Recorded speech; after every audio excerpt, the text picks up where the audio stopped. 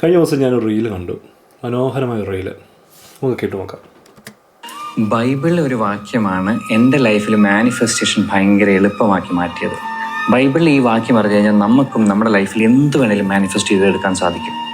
Bible പറയുന്നു, ഉള്ളവന് ഞാൻ വീണ്ടും വീണ്ടും കൊടുക്കും, ഇല്ലാത്തവൻ്റെ നിന്ന് ഉള്ളതും കൂടെ ഞാൻ തിരിച്ചെടുക്കുമെന്ന്. എന്തുള്ളവനാണ്? പണമുള്ളവന് വീണ്ടും വീണ്ടും പണം നൽകുന്നതാണോ? ആരോഗ്യവും ഐശ്വര്യവും സമ്പത്തുമുള്ളവന് ആരോഗ്യവും ഐശ്വര്യവും സമ്പത്തും വീണ്ടും വീണ്ടും നൽകുന്നതാണോ? അതോ പണമില്ലാത്തവൻ്റെ നിന്നുള്ള പണം കൂടെ ഞാൻ തിരിച്ചെടുക്കും, ആരോഗ്യമില്ലാത്തവൻ്റെ നിന്നുള്ള ആരോഗ്യം കൂടെ ഞാൻ തിരിച്ചെടുക്കും, അങ്ങനെയാണോ ബൈബിൾ പറയണത്? അല്ല.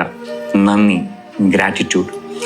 നന്ദിയുള്ളവന് ഞാൻ വീണ്ടും വീണ്ടും നൽകും, നന്ദിയില്ലാത്തവൻ്റെ നിന്ന് ഉള്ളത് കൂടെ ഞാൻ തിരിച്ചെടുക്കും. ഇതാണ് ബൈബിൾ പറയണത്. ഗ്രാറ്റിറ്റ്യൂഡാണ്. നന്ദിയുള്ളവന് ദൈവം നന്ദി പറയാനുള്ള കൂടുതൽ അവസരങ്ങൾ ഉണ്ടാക്കും. ഞാൻ ആരോടൊക്കെയാണ് നന്ദി പറയേണ്ടത്? ഈ ദിവസങ്ങളിൽ ഞാൻ ചെയ്തൊരു കാര്യമുണ്ട്. ഓരോ ദിവസവും എനിക്ക് കിട്ടിയ നന്മകൾ ഞാൻ ദൈവത്തോട് നന്ദി പറയാൻ തീരുമാനിച്ചു. 10 നന്മകൾ ഒരു ദിവസം. നിങ്ങളൊന്ന് ആലോചിച്ച്, ചുറ്റും ആലോചിച്ച് നോക്കിയാൽ നിങ്ങൾക്ക് കിട്ടിയ 10 നന്മകൾ.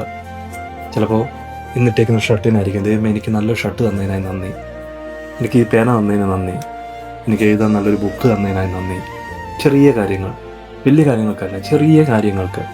ഇന്ന് ചിലപ്പോൾ നിങ്ങൾക്ക് ഒരു ചെറിയൊരു മിഠായി മേടിക്കാൻ തന്ന 10 രൂപയ്ക്കായിരിക്കാം, അല്ലെങ്കിൽ 5 രൂപയ്ക്കായിരിക്കാം. ദൈവമേ നന്ദി. ഇനി കാറില്ലാത്തൊരു ഇന്ന് ബസ്സിൽ സഞ്ചരിച്ചപ്പോൾ ബസ്സിന് കൊടുക്കാൻ തന്ന വണ്ടിക്കൂലിക്കായി നന്ദി. എഴുതാൻ റെഡിയാണോ? നമുക്ക് ഒരുമിച്ച് എഴുതാം. നമുക്ക് തന്ന ഓരോ നന്മകളും. ഇന്ന് ഓരോ ദിവസവും 10 നന്മകൾ നമുക്ക് എഴുതി തുടങ്ങാം. ബൈ.